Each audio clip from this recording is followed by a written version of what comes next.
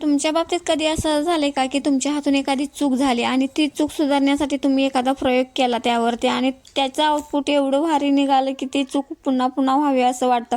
असंच काही माझ्या बाबतीत झालं. दुधामध्ये माझ्याकडून लिंबाचा रस थोडासा पडला आणि त्यामुळे हे दूध खराब झालं. आता ह्या खराब दुधाचं काय करायचं कळत नव्हतं. मग मी त्यामध्ये साखर आणि वेलची पूड घातली आणि ते दूध आटवून घेतलं.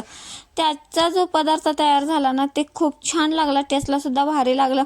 मलाही आवडलं, अनुषालाही आवडलं आणि दोघींनी आम्ही ते खाऊन घेतलं लगेच. आणि आज मला मटकीचे सांडगे करायचे असल्यामुळे मी सकाळीच पीठ मळून ठेवलं होतं.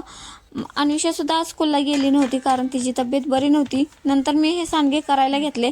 माझे ते सांडगे तयार करून झाले आणि बाहेर ढगसुद्धा खूप आले होते, म्हणून मी थोडा वेळ गॅलरीत थांबले आणि तेवढ्यात माझं एक पार्सल आलं होतं. आता हे पार्सल काय आहे तुम्हाला मी दाखवेनच. आणि नंतर मी अनुषाला अशी क्लासला सोडायला गेले. ती क्लासला गेल्यानंतर मी इथंच थोडा वेळ थांबले आणि हा व्हिडिओ इथं सेंड करते. पुन्हा भेटू नेक्स्ट व्हिडिओमध्ये. तोपर्यंत बाय बाय.